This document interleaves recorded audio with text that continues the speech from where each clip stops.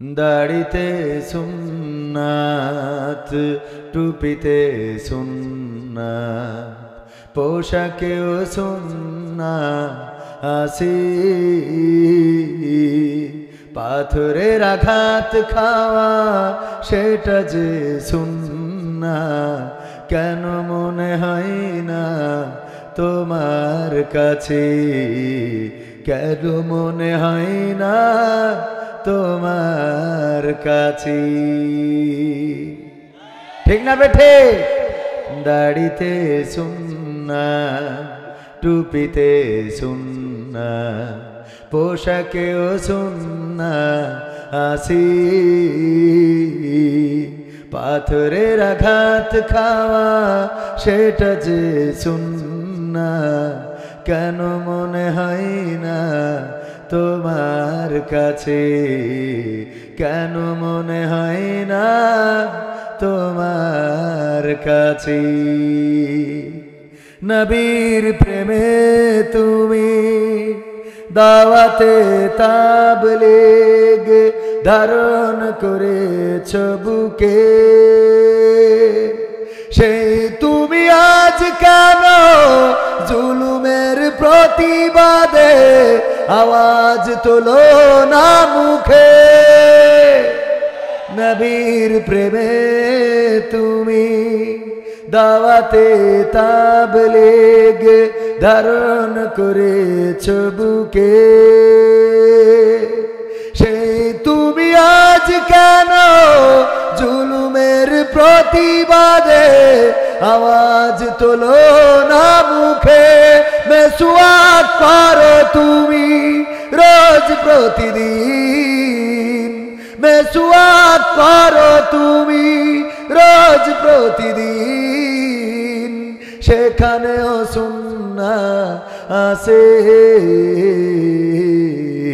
পাথরের আঘাত খাওয়া, মাঝে মাঝে জেলে যাওয়া সেটা যে সুন্নাত, কেন মনে হয় না তোমার কাছে, কেন মনে হয় না তোমার কাছে। মিলাদুন নবীতে বড় সোচ্চার তুমি, নাকি দেখানো লোক, সেই তুমি জানলে না আমার রাসূল ছিলেন সফল রাষ্ট্রনায়ক। মিলাদুন নবীতে বড় সোচ্চার তুমি, নাকি দেখানো লোক, সেই তুমি জানলে না আমার রাসূল ছিলেন সফল রাষ্ট্রনায়ক। ওহুদের ময়দানে দাঁত ভাঙা ঘটনা, ওহুদের ময়দানে দাঁত ভাঙা ঘটনা তোমার কিতাবে কি আছে? পাথরের আঘাত খাওয়া, মাঝে মাঝে রিমান্ডে যাওয়া সেটা যে সুন্নাত, কেন মনে হয় না তোমার কাছে, কেন মনে হয় না তোমার কাছে। ঠিক না বেঠে? আমরা দাড়ি রাখা সুন্নাত মানি, টুপি পরা সুন্নাত মানি, জুব্বা গায়ে দেয়া সুন্নাত মানি, মাথায় পাগড়ি পরা সুন্নাত মানি, কিন্তু আল্লাহ রাসূল সাল্লাল্লাহু আলাইহি সাল্লামের হিজরতের সুন্নাহটা মানতে চায় না। ঠিক না বেঠিক? হিজরতের পিছনে যে কারণগুলো ঘটে গেল, এই কারণগুলো আমাদের জীবনে ঘটাতে চায় না। আল্লাহর নবী 27টি যুদ্ধ করেছেন নিজ হাতে তরবারি নিয়ে, 27টি যুদ্ধের নেতৃত্ব দিয়েছেন সামনের কাতারে থেকে। এইগুলো সুন্নাত মানি না। আল্লাহ রাসূল তায়েফের রাস্তায় রক্ত দিয়েছেন, সেই রক্ত দিয়া সুন্নাত মানি না। আল্লাহ রাসূল উহুদের ময়দানে আহত হয়েছেন, দান মুবারক শহীদ হয়েছে, এই সুন্নাহগুলো আমরা মানি না। মানব কি? এই সুন্নাহগুলো মানার জন্যে যেই কাজগুলো করা লাগে সেই কাজগুলোই তো করি না। ঠিক না বেঠে? এই কাজগুলো করতে গেলে জালিমের বিরুদ্ধে কথা বলার দরকার আছে না নাই? জুলুমের বিরুদ্ধে কথা বলার দরকার, জালিমের বিরুদ্ধে কথা বলার দরকার, মাজলুমের পক্ষে কথা বলার দরকার। কিন্তু আজকে মাজলুমের পক্ষে কথা বলার মতো লোক পাওয়া যায়, আর যারা বলে তাদের হাতে হাত কড়া, পায়ে ডান্ডা বেড়ি, তারপরে রিমান্ডে নিয়ে যেয়ে নির্যাতন, এত নির্যাতন যে পরে রিমান্ড থেকে বের করলে তারা আর হেঁটে কোর্টে দাঁড়াবে, তারা আর হেঁটে কাঠগড়ায় দাঁড়াবে এই শক্তিটাও থাকে না। ঠিক না বেঠে? অথচ এখন যাদেরকে ধরা হচ্ছে তারা দেখেন বের হয়ে, ওরে বাবা, তাদের কোন রকম শরীরের পরে কোনো আচরিত নাই, বরং মনে হয় তাদের এয়ার কন্ডিশন রুমে রাখা হচ্ছে। খালি শুধু দেখলাম আমার পলক ভাই একটু ভেঙে পড়েছে, বলছে একটু দোয়া করি। ঠিক না ভাই? ঠিক। খালি পলক ভাই ভেঙে পড়েছে, আর বাকি সব শক্ত আছে না নাই? এত শক্ত থাকে কি করে? তাহলে কি হ্যাঁ খেলা হচ্ছে না? আছে এত শক্ত ওরা থাকে কি করে? ও আমার ভাইরা, ওদেরকে বুঝানো দরকার। তোমরা ইতিপূর্বে যাদেরকে ছেলে দিলে, জুলুম করলে, এমনকি গায়েবানা জানাজায় দাঁড়িয়েছে, 5ই আগস্টের আগে যারা ছাত্র শহীদ হয়েছে, গায়েবানা জানাজায় দাঁড়ানোর পরে ইমামকে ধরে নিয়ে চলে যাওয়ার মতো নজির আছে না নাই? নামাজের ইমামকে ধরে নিয়ে গিয়েছে, বাবার জানাজায় এসেছে সন্তান, পালিয়ে থাকে বছরের পর বছর, মাসের পরে মাস, বাবা মারা গিয়েছে, জানাজায় এসেছে সন্তান, আর আমার আগের কুলাঙ্গার পুলিশ বাহিনী, আগের এখন গেটটা না, আবার এখন গেটটা খুললে আমার আবার কাটি করতে পারে, আগেরটা কুলাঙ্গার বাহিনী, ওরা এসে জানাজা থেকে, পিতার দাফন কার্যক্রম থেকে সন্তানকে ধরে নিয়ে গেছে। এমন নজির আছে না নাই? আছে মানে কি? অহরহ ঘটেছে ভাইয়েরা আমার। এই জন্য জুলুমের বিরুদ্ধে কথা বলা লাগবে, জালিমের বিরুদ্ধে কথা বলা লাগবে, মাজলুমের পক্ষে কথা বলা লাগবে। আমার দেশে এখন হিন্দু হয়ে ইসকনের পক্ষে মুসলমানের সন্তানেরাও কথা বলে না, বলে না? মুসলমানরা হিন্দু হয়ে কথা বলে, তা হিন্দু হবে কি করে? তোর তো মাথা কাটা শেষ, কথা কয় না। রিক্সাওয়ালা তো হওয়া যায়, আনসারও হওয়া যায়, শাহবাগে দাঁড়ানো যায়, অন্য কোন ইজি বাইক আলা, ব্যাটারি চালিত ভ্যান আলা, সব হওয়া যায়। কিন্তু ইসকনের হিন্দু হবে কি করে? তো কেটি তেজ মে তুইছিস, কথা কয় না। ঠিক না বে ঠিক? আমার ভাইকে হত্যা করা হলো, কুপিয়ে কুপিয়ে হত্যা করলো, নৃশংসভাবে হত্যা করা হলো। এর বিরুদ্ধে যারা প্রতিবাদ করলো না, আর যাই হোক, তারা মুসলমানদের পক্ষের লোক হইতে পারে না। তারা ইসলামের দোসর, তারা ইসলামের দুশমন, তারা দাদার দেশের সৈনিক। যারা কথা বলে নাই, মাথায় রেখো, ক্ষমতা চিরদিন থাকে না। থাকে? ক্ষমতায় কেউ স্থায়ী হয় না, হোক না সেরে না কিবা হাসিনা, সে আরটা চিরকাল থাকে না। ক্ষমতায় কেউ স্থায়ী হয় না, মুজিবুর বেশি দিন থাকেনি, জিয়াউর কেউ তো রাখেনি। মুজিবুর বেশি দিন থাকেনি, জিয়াউর কেউ তো রাখেনি। এরশাদ চলে গেছে পৃথিবী ছেড়ে, এরশাদ চলে গেছে পৃথিবী ছেড়ে, কেউ আজ তার কথা কয় না। ক্ষমতায় কেউ স্থায়ী হয় না।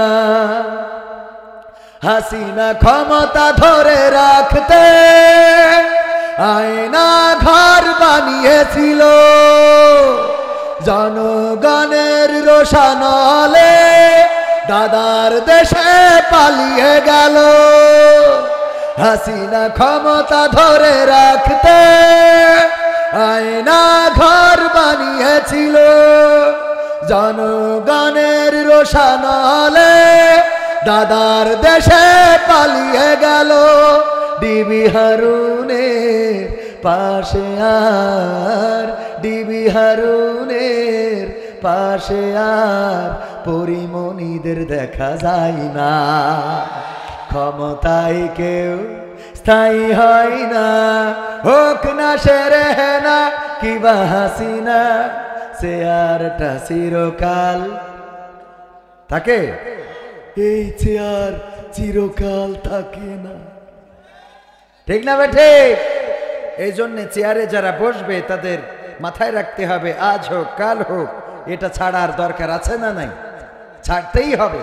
জনগণের জন্য যদি কাজ করেন জনগণ আপনার নিরাপত্তায় যথেষ্ট হবে, আর জনগণের জন্য যদি কাজ না করেন তাহলে বাংলার জনগণ বাংলাদেশে রাখবে না, তাদের দেশে পাঠাবে। ঠিক না বেঠিক? আমার আল্লামা কোরআনের পাখি দেলাওয়ার হুসাইন সাইদি বলেছিলেন যে বেশি বাড়াবাড়ি কইরো না, মূলে কারা? মৌলবাদ বলো আমাদেরকে, আমরা তো আছি মূলে, তোমরা আছো কোথায়? আগায়। এই মৌলবাদীরা আস্তে করে একটুখানি ঝাঁকানি দেবে, নানার বাড়ি দিল্লি গিয়ে পড়বা। পড়েছে না পড়ে নাই? পড়েছে না পড়ে নাই? এই জন্য আমি বলেছি সাহস নিয়ে দাঁড়িয়েছ তাই মুক্ত হয়েছে জমিন, সাহস করে দাঁড়ালে আর একবার কায়েম হয়ে যাবে দিন। সাহস নিয়ে দাঁড়িয়েছ তাই মুক্ত হয়েছে জমিন, সাহস করে দাঁড়ালে আর একবার কায়েম হয়ে যাবে দিন। নয় নয় নয় আর কোনো ভয়, আনতে হবে দিনের বিজয়। নয় নয় নয় আর কোনো ভয়, আনতে হবে দিনের বিজয়, দিনের বিজয়। যারা ভেবেছিল ছাড়বে না আর ক্ষমতার ওই মাসনদ, দেখেছে তারা রবের পাকড়াও কি করে করে নাস্তানাবুদ। যারা ভেবেছিল ছাড়বে না আর ক্ষমতার ওই মাসনদ, দেখেছে তারা রবের পাকড়াও কি করে করে নাস্তানাবুদ। তাই নয় নয় নয় আর কোনো ভয়, আনতে হবে দিনের বিজয়, দিনের বিজয়। মানুষের সাথে যারা করেছে দুশ্মনী, করেছে বাড়াবাড়ি, দেশের বুকে তাদের হয়নি তো জায়গা, যেতে হলো মামার বাড়ি। মানুষের সাথে যারা করেছে দুশ্মনী, করেছে বাড়াবাড়ি, দেশের বুকে তাদের হয়নি তো জায়গা, যেতে হলো মামার বাড়ি। তাই নয় নয় নয় আর কোনো ভয়, আনতে হবে দিনের বিজয়, দিনের বিজয়। কাবা রক্ষাই যেই মহারব পাঠিয়েছিলেন আবাবিল, আজও তিনি দয়াময় তেমনই আছে, বদলেনি তো এক তিল। কাবা রক্ষাই যেই মহারব পাঠিয়েছিলেন আবাবিল, আজও তিনি দয়াময় তেমনই আছে, বদলেনি তো এক তিল। তাই নয় নয় নয় আর কোনো ভয়, আনতে হবে দিনের বিজয়, দিনের বিজয়। সাহস নিয়ে দাঁড়িয়েছ তাই মুক্ত হয়েছে জমিন, সাহস করে দাঁড়ালে আর একবার কায়েম হয়ে যাবে দিন। ঠিক না বে ঠিক? আমার আবু সাইদ সাহস নিয়ে দাঁড়িয়েছিল, বুক পেতে দিয়ে প্রমাণ করেছিল এই বুকে বুলেট বিদ্ধ করতে পারো, রক্ত চাইলে রক্ত নিতে পারো। আমার মুগ্ধ মুগ্ধ ছড়িয়েছে, পানি পানি বলে চিৎকার করেছে, কার পানির প্রয়োজন পানি নিতে পারো। আমার মুগ্ধ শান্ত সাইদেরা, আমার ইয়ামিনেরা বুক পেতে দিয়ে প্রমাণ করেছে রক্ত দিতে জানি, জীবন দিতে জানি, শহীদ হতে জানি, কিন্তু জালিমের জুলুমকে মেনে নিতে জানি না। যারা বলে 5 তারিখে আমরা স্বাধীনতা পেয়েছি, স্বাধীন হয়েছি 5ই আগস্টে, আমি তাদের কথার সাথে দ্বিমত পোষণ করছি। আমি বলি যে 5 তারিখে আমরা স্বাধীনতা পাই নাই, বরং 5 তারিখে কিভাবে স্বাধীনতা আনতে হয় সেই রাস্তাটা খুঁজে পেয়েছি। ঠিক না বে ঠিক? স্বাধীনতা তো সেদিনই আসবে যেদিন আল্লাহর জমিনে আল্লাহর দিন কায়েম হবে, বাংলার জমিনে যেদিন কোরআন কায়েম হবে, যেদিন আমার দেশের আলেম ওলামারা সংসদে জনগণের অধিকার নিয়ে কথা বলবে, যেদিন সংসদ থেকে নামাজ কায়েমের বিধান চালু হবে, চোর চুরি করলে হাত কেটে দেওয়ার বিধান চালু হবে, ছিনতাই করলে এক পাশের পা অপর পাশের হাত, দেনা করলে সংসার করার বিধান যেদিন সংসদে কায়েম হবে, সংসদ থেকে প্রতিষ্ঠিত হবে, সেই দিনই বাংলাদেশের মানুষ স্বাধীনতা পাবে। এর আগ পর্যন্ত স্বাধীনতা পাবে না, এর আগ পর্যন্ত স্বাধীনতা পাওয়া সম্ভব নয়।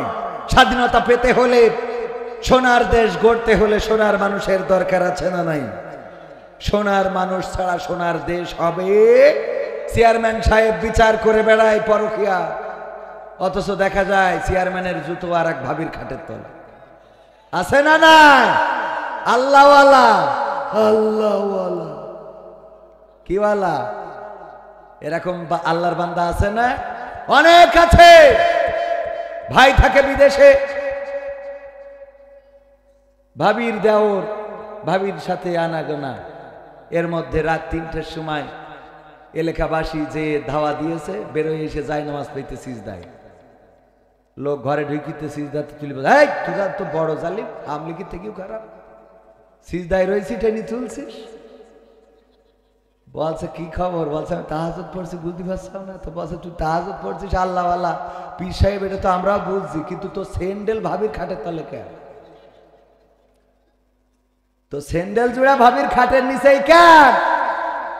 এই জাতীয় আল্লাহওয়ালাদের দিয়ে এই সমাজে স্বাধীনতা আসবে। স্বাধীনতা পেতে হলে ইনসাফ, ন্যায়, নিষ্ঠাবান, নীতিবান, চরিত্রবান, মেধাবী, আল্লাহওয়ালা, খোদাভীরু, সৎ, যোগ্য নেতৃত্বের দরকার আছে না না? সেই নেতৃত্ব কি আপনারা চান? কারা কারা চান? দুটি হাত দেখতে চাই। লিল্লাহি তাকবীর, লিল্লাহি তাকবীর। আল কোরআনের আলো, আল হাদিসের আলো, আমার নেতা তোমার নেতা, নারায়ে তাকবীর। যদি সেইটা দেখতে চান, এই কোরআন নিয়ে যারা সামনে যাবে তাদের সাথে থাকবেন। এই কথা বলা যাবে না আমার নেতা যেখানে আমরাই আছি সেখানে, আমার নেতা এগিয়ে চলো আমরাই আছি তোমার সাথে, আমার নেতা ভয় নাই, রাজপথ ছাড়ি নাই, নেতা এখন দাদার দেশে, তুমি এখন কোন দেশে? ঠিক না বে ঠিক? আছে না নাই? এমপিরা সব কোথায় গেল? বলবো বলবো বলবো। শিবপুর মেলাডাঙ্গা কেন্দ্রীয় জামে মসজিদের উন্নতি কল্পে আয়োজিত প্রথম বার্ষিক, এটা প্রথম শুরু হলো।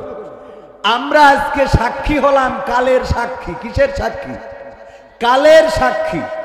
এই যে মাহফিল শুরু হলো প্রথম বার্ষিকী, আমরা অনেক জায়গায় গেলে দেখি 46তম, 45তম, 42তম, 37তম, দেখি না দেখি না? এটারও একটা শুরু ছিল না? ছিল না? এটাও একদিন 50তম, 75তম, 76তম, 100তম হবে না? হবে না? আমরা প্রথম মাহফিলের শুরুটা করে দিয়ে গেলাম। আল্লাহ, এই মাহফিলের এই সিলসিলাটা তুমি কিয়ামত পর্যন্ত রাখো এবং আমাদের এই মাহফিলের ওসিলায় ক্ষমা করে দিও। বলেন আমিন। আমরা আজকের সাক্ষী। যারা 20 বছর পরে এসে কথা বলবে তারা বলবে 20তম, কিন্তু ওই দিন এই প্রথমতম মাহফিলের অনেকেই থাকবে না, হয়তো আমিও থাকবো না, হয়তো সভাপতিই থাকবে না, এটা 30তম হবে, সেই দিনও অনেকেই থাকবো না, আমরা চলে যাব। কিন্তু এখানে দোয়া হবে, আল্লাহ এই মাহফিলের সিলসিলা সেই প্রথম থেকে শুরু করে আজ পর্যন্ত চলমান, যারা এই মাহফিলে এসেছিল, বসেছিল, শ্রোতা হয়েছিল, আল্লাহ ক্ষমা করে দাও। আমরা 30 বছর, 60 বছর, 100 বছর পরেও দোয়া পাবো। সুবহানাল্লাহ। পাবো না? পাবো না? আমাদের সন্তানেরা আমাদের মনে করবে না, কিন্তু এখানে এসে আমরা যখন দোয়া করি কি বলি? আল্লাহ এই গ্রামে যত কবরবাসী আছে ক্ষমা করে দাও, তার মানে আজ থেকে 300 বছর আগে যে মরে গেছে সেও এই গ্রামের কবরবাসী, ঠিক না বেঠিক? তার জন্য দোয়া হয় না, হয় না? সুতরাং এইসব মাহফিলেরও অনেক দরকার আছে। আর আমাদের মতো হুজুরদের তো অনেক দরকার, খাওয়া আছে, টাকাও আছে। আবার আপনাদের দরকার যে আসতে পারেন, দানও করতে পারেন। আমি বলি এই মাহফিলে আসার কারণে আমাদের কি হবে পরকালে সেটা আল্লাহ ভালো জানেন, কিন্তু আপনারা যে বেঁচে যাবেন এটা অন্তত নিশ্চয়তা দিতে পারি। সুবহানাল্লাহ বলবেন না? ইকরা কিতাবাকা কাফা বিনাফসিকা আল-ইয়াওমা আলাইকা হাসিবা। আল্লাহ বলবেন পড়ো তোমার কিতাব, তোমার আমলনামার কিতাব পড়ো। যখন আমলনামার কিতাব হাতে ধরিয়ে দিবে তখন আমরা পৃষ্ঠা উল্টাবো আর দেখবো চায়ের দোকানে আসি, দেখবো সাপাই নবাবগঞ্জে গেছি, সিনেমা হলে গেছি, পরিমণি আশিলতায় গেছি, তারপরে ওবায়দুল কাদেরের ভাষণে গেছি। এই দেখতে দেখতে এই মাহফিলে আমরা এসেছিলাম, এটাও কি পৃষ্ঠায় থাকবে না? থাকবে না? পৃষ্ঠা উল্টাতে উল্টাতে এটাও যখন পাওয়া যাবে, আল্লাহ রাব্বুল আলামিনকে যদি বলার সুযোগ দেন যে ওগো আল্লাহ যদি বলেন ওগো বান্দা কোন ভালো কাজ কি তোমার পৃষ্ঠা উল্টায়ে পেয়েছো, এই 100টা পাতা এর মধ্যে আছে নাকি? আমরা বলবো আল্লাহ দেখো একদিন এক রাতে মাহফিলে ছিলাম 1 ডিসেম্বর, ওগো আল্লাহ 2024 সাল, এখানে বসেছিলাম শীতের রাতকে উপেক্ষা করে। তুমি যদি চাও তাইলে এই মাহফিলের ওসিলায় আমাকে ক্ষমা করে দিতে পারো। আমার আল্লাহর এত দয়া এত মায়া, আজকের এই মাহফিলের ওসিলায় আল্লাহ চাইলে আমাদের জীবনের সকল গুনাহ খাতা ক্ষমা করে দিয়ে জান্নাতের বাসিন্দা বানিয়ে নিতে পারেন। বলেন সুবহানাল্লাহ। আল্লাহর সেই ক্ষমতা আছে না নাই? আল্লাহ তো এক এবং একক, তিনি কাউকে কৈফিয়ত দেন না। কারো ক্ষমতা নাই তার কাছে কৈফিয়ত তলব করে, ঠিক না বেঠিক?